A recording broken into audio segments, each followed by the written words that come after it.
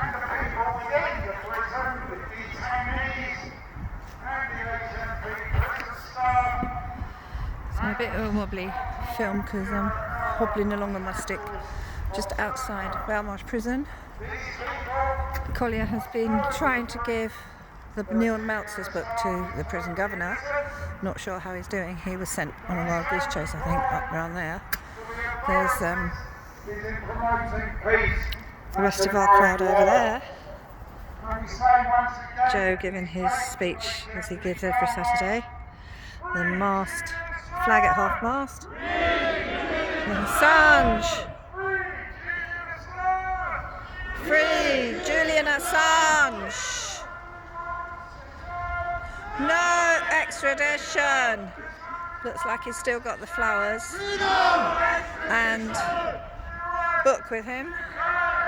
Hands off Assange! Hands off Assange!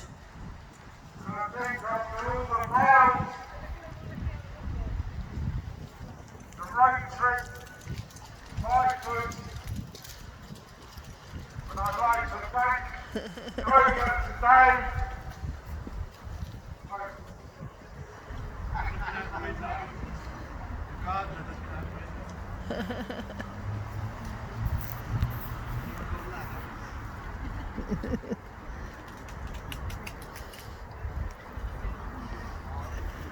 The guards were looking out of the window there, but they've gone in, probably being told off because they were looking at us and waving.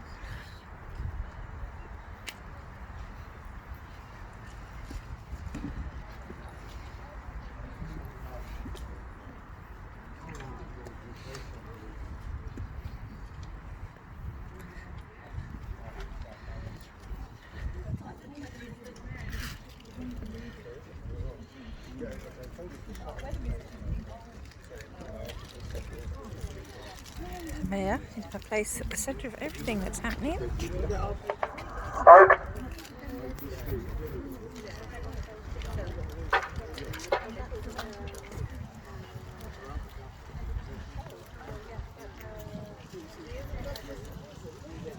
Oh, what a walk. Wow. 7 weeks worth of sweat and some struggle.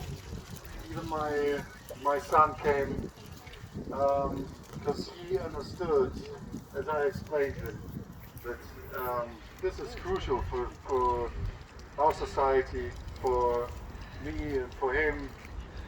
What Julian Assange did is to reveal all those crimes we paid for. And now we're here to fight, not in a rough manner, but with words and our presence. This fight has been going on for ages, and this man who represents a whole era of journalism, which should be free, and now we really see how this system works, how media is corrupted, that they not even fail to inform the public, but betray Julian Assange, taking all those informations, handing it out to public, and then betraying the messenger, not reporting. They do report once a year or once a half year, and this is the point. This is a huge case for everybody, each one of us in the so-called Western societies, but also in the whole world. This is a sign of a free speech, of free journalism, and a society which demands the information which the society is paying for. So we demand, or at least I would really like the governor to take this book, and also the guards to take one copy of this book, of Niels Meltzer's book, The Trial of Julian Assange, where he describes all the failures of our system.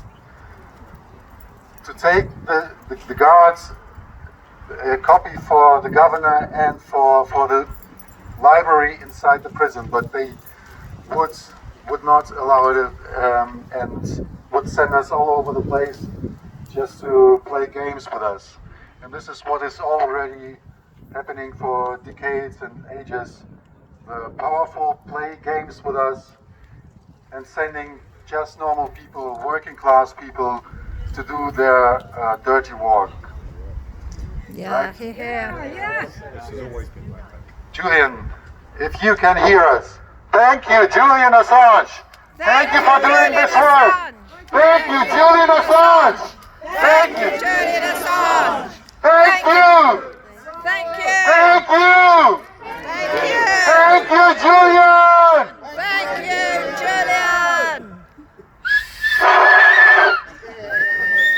A whistle from the heart.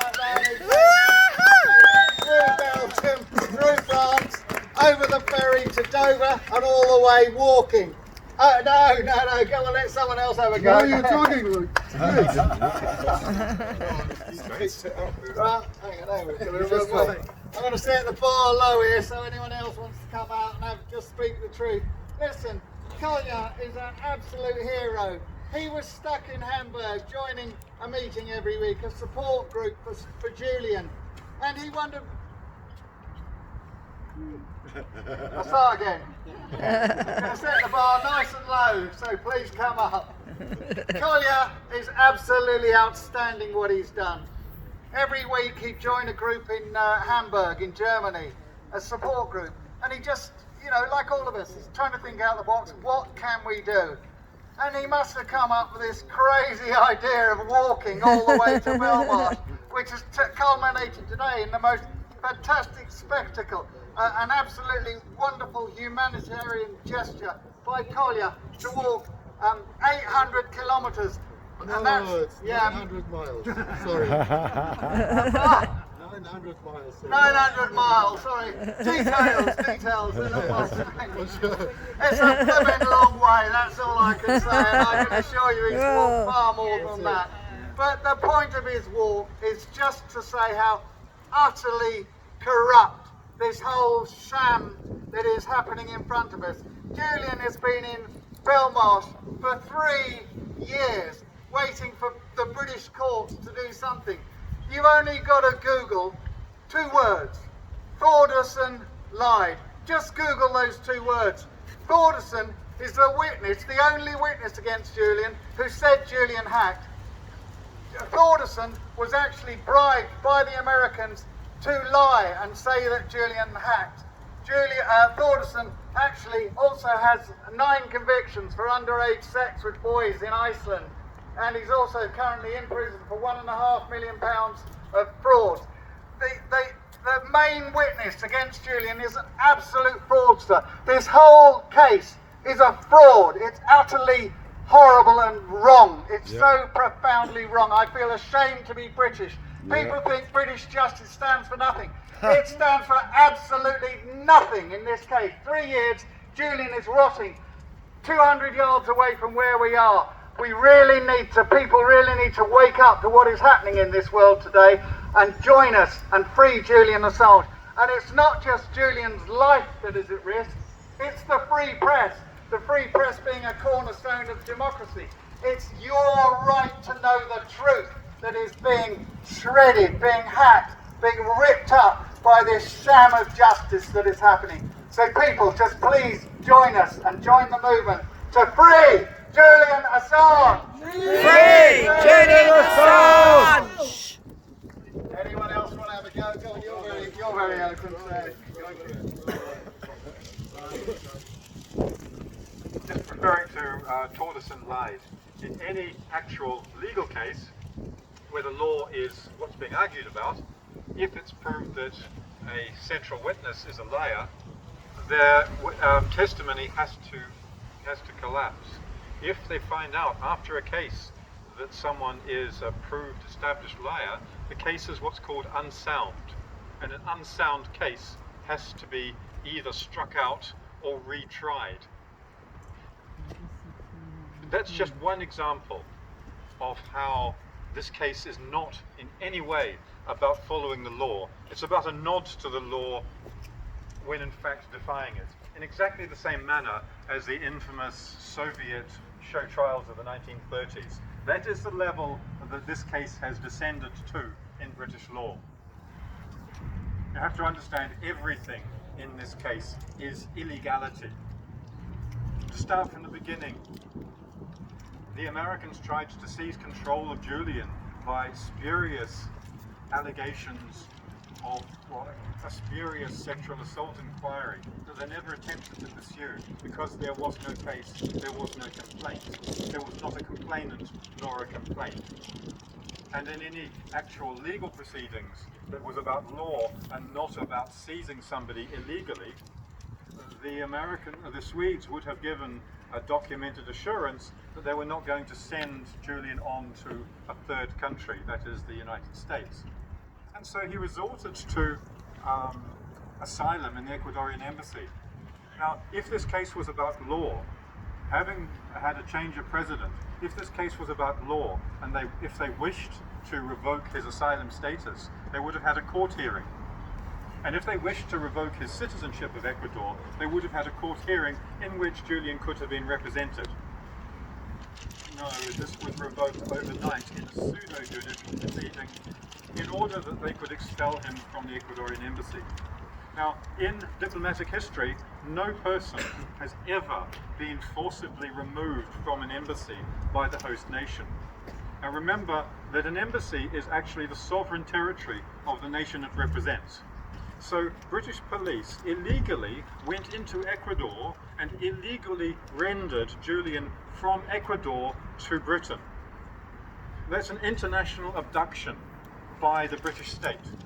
This has never happened in diplomatic history ever before or since. Now, having rendered him illegally, Britain has no right to take any proceedings against Julian. Everything that follows is illegal. What they did on having illegally rendered Julian from Ecuador into Britain, they took him to the Westminster Magistrates Court, charged him with evading jumping bail. He was not allowed to have legal representation, and within 15 minutes he had been tried, convicted and sentenced for jumping bail. Now, in any actual legal proceedings, if somebody has been convicted of jumping bail, they are likely to receive if it's more than a fine, they're likely to receive a 1 or 2 week sentence in prison for doing so. I was actually a witness in a case where somebody had jumped bail and he was given a fine of, from memory, £300 for having jumped bail. Julian was given a 50-week sentence, which is the maximum possible. They didn't have any reason in law for giving him the maximum possible sentence, having denied him legal representation. That is illegal. Now, illegality. If in British law the privileged conversations between a defendant and their legal representatives are spied upon, the case has to be dropped.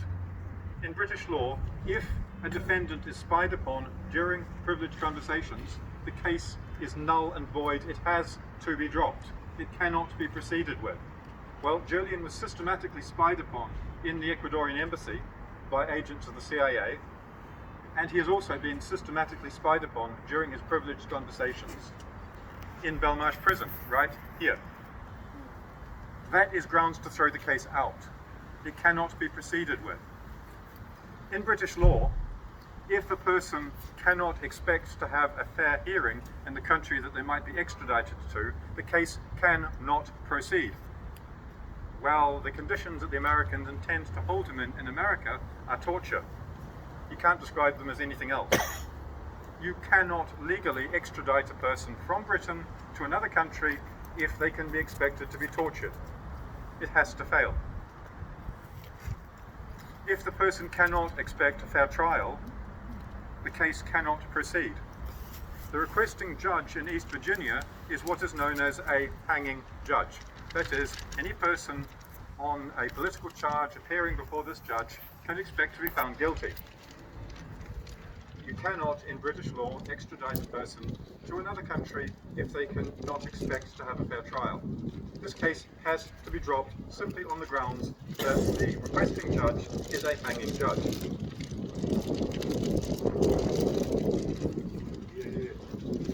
It keeps going on. They tried to kill him. There was a CIA plot to kill Julian in the Ecuadorian embassy. That on its own is grounds to drop the case. It cannot proceed. Any one of these reasons mentioned so far, any one of these on its own is grounds to drop the case. It cannot proceed. Yes, next case. In British law, there is a basic principle of British law. It's very normal to have what's called an enabling act. It creates the concept, for example, of extradition. This is the 2003 Extradition Act. It creates the concept. It never contains the terms. You will not find the terms for any extradition arrangement in this act. That doesn't mean that there are extradition on any grounds you like. No, the grounds the rules of any extradition arrangement are contained in an individual treaty, which is then put into British law. 2003 extradition treaty between the US and the UK specifically says, clause 4.3.1, you cannot extradite a person on political charges. The case is political, it has to be dropped because it is, from the very first principle, it is illegal. You cannot extradite Julian on what is a political charge. So, in these hearings, the second indictment was failing because they were wrong in law. So they brought in a third indictment. It was after the deadline for submitting evidence on either the prosecution side or the defence. The prosecution case in the third indictment was that Julian engaged in hacking. The reason for that particular allegation is to shift it from a purely political charge into one of a criminal act. Because hacking an American state computer of secret information is a criminal act, not a merely political one. The evidence for this charge is illegal. You cannot submit the evidence because it was after the deadline, in this case, for submitting evidence. If it's after the deadline, it cannot be introduced. And what's more, if the charge is after the deadline, it's also after the deadline for submitting evidence in defence against it. Because it was after the deadline, that means that it is illegal to submit any evidence in defence against the third indictment. You cannot submit it. It's inadmissible in evidence in law. Now, if the prosecution case is inadmissible and the defence case is inadmissible, you cannot have a case. It has to be thrown out. It's simply null and void in British law. Now then you look at the evidence, the main testimony in the third indictment was Kolja. This man is a serial fraudster, a perjurer, a paedophile. The evidence from such a person cannot stand in court.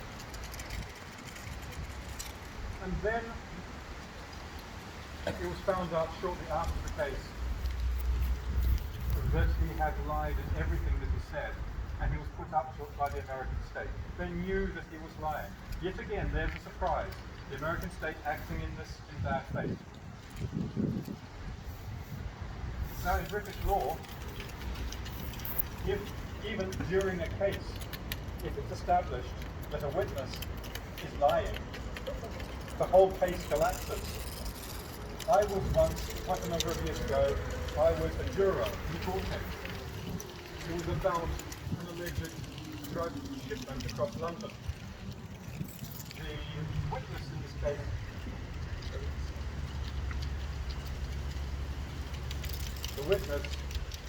claimed that he had made a particular phone call during this drug shipment that he claimed that he was compelled to make from a particular location to a particular person. It was established simply from his phone log that he made a different phone call to a different location to a different person.